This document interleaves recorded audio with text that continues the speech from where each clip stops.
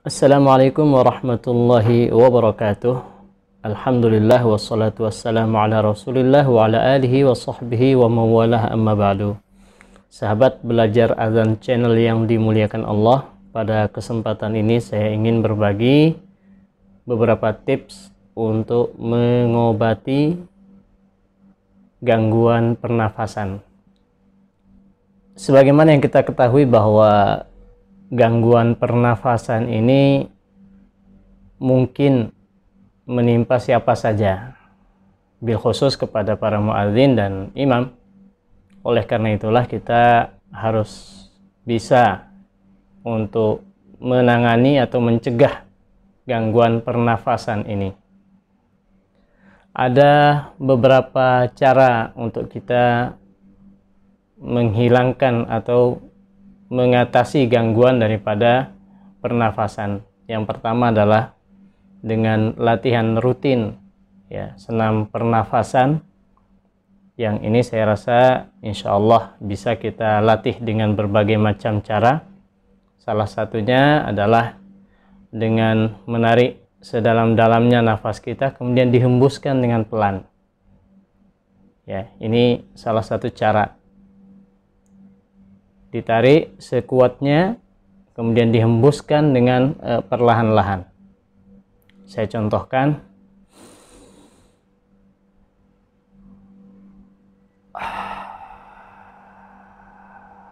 Seperti itu. Atau bisa dihitung 2 hitungan untuk menarik, 2 hitungan untuk menghembuskan.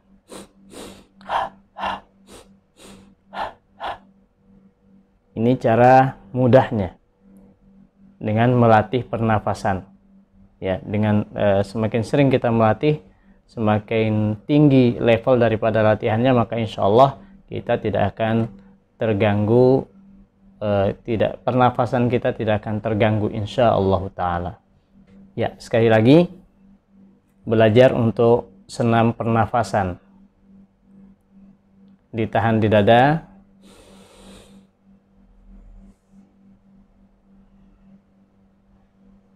kemudian dibuang.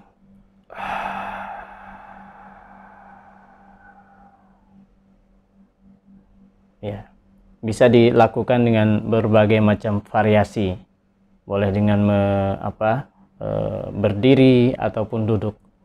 Ini salah satu cara untuk kita mencegah, ya, gangguan daripada pernafasan ini. Kemudian yang kedua, bagaimana kalau sudah terjadi gangguan pernafasan? Apa yang mungkin untuk kita lakukan? Pertama, kita kenali dulu apa penyebab daripada gangguan pernafasan ini. Mungkin karena lambung, paru-paru, atau yang lainnya. Nah, untuk lebih jelasnya kita bisa menanyakan kepada dokter-dokter atau tim medis yang kita kenali. Kemudian bisa juga kita mencegah atau mengobatinya dengan melakukan pijat refleksi. Nah, ini yang saya rasa sangat penting dan mudah untuk kita pelajari. Dan saya rasa semua ya harus bisa untuk mengenali titik-titik daripada refleksi untuk pernafasan ini. Sangat penting. Bisa untuk kita, bisa untuk keluarga kita.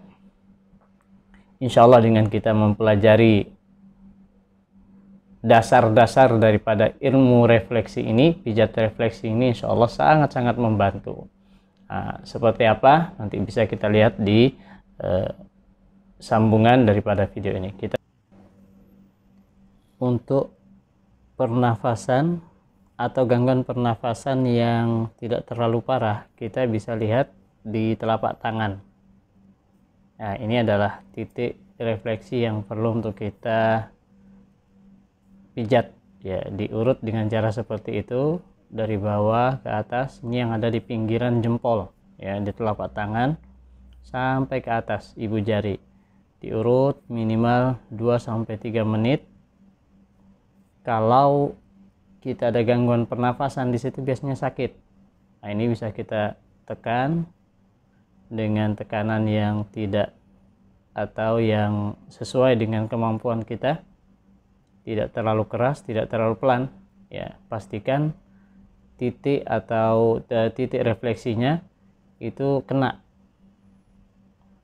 supaya ada efeknya. Nah, ini yang pertama. Kemudian yang kedua agak tengah sedikit. Ya, bisa kita dengan cara ditekan dengan jempol atau menggunakan beberapa jari, tergantung kemampuan kita. Bisa kita gunakan jari, 4 jari selain jempol, ditekan beberapa lama, 2-3 menit. Dengan begitu rasa sakit yang ada di telapak tangan nanti insya Allah akan perlahan akan hilang, dan dengan demikian insya Allah pernafasan kita akan menjadi lebih plong, lebih lega.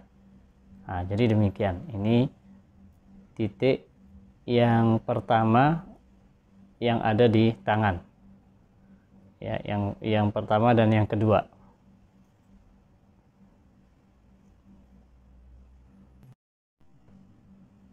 Ya, kemudian titik refleksi yang berikutnya adalah di telapak kaki. Ini ada beberapa tempat, sama dengan yang di telapak tangan tadi, kita urut, ya, ditekan titiknya yang itu, ya, dari bawah ke atas dulu, diurut beberapa lama, sekitar 2-3 menit. Biasanya kalau pernafasan atau sesak nafasnya cukup berat, ini biasanya akan sakit sekali, ini ya yang kita urut tadi. Oke, kemudian kita lanjutkan di titik yang ini. Ya, titik yang ini ditekan dengan lebih keras dan lebih ke dalam, bisa dengan tengah daripada jempol kita atau dengan ujung daripada jempol. Intinya supaya yang di situ, ya, titiknya itu kena. Nah, ini biasanya kalau yang sesak nafasnya itu berat, ini terasa sakit. Yang mungkin susah tidur, ya, yang harus tidurnya dengan cara duduk, ya. Nah, ini sangat baik sekali untuk ditekan, ya, bisa sampai 2-3 menit tadi. Nah, kemudian berikutnya titiknya ada di tengah daripada telapak kaki kita,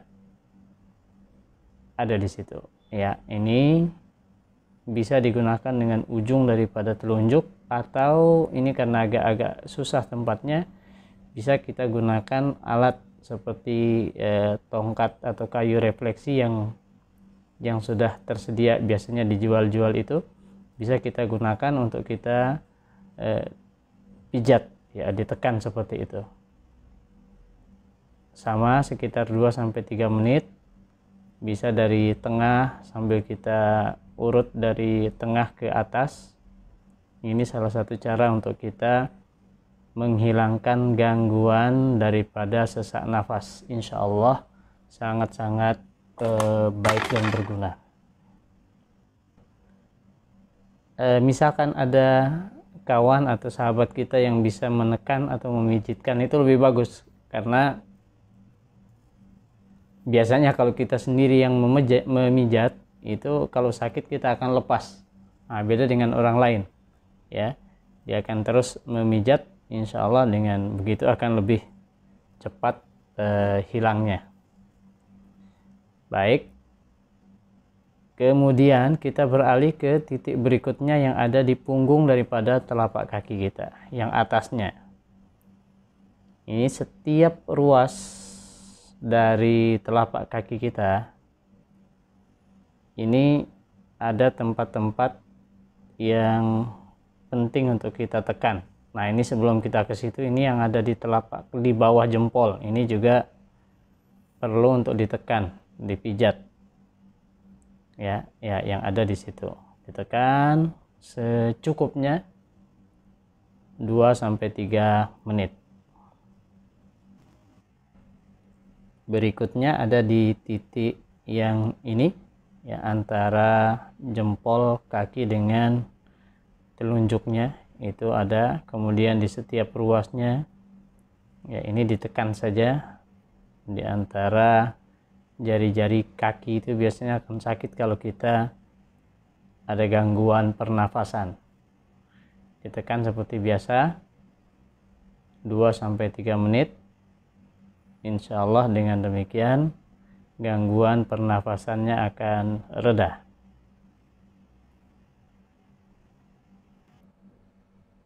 Demikian sahabat sekalian, mudah-mudahan bermanfaat untuk kita semuanya. Terima kasih atas segala perhatiannya. Mohon maaf atas segala kekurangan. Wassalamualaikum warahmatullahi wabarakatuh.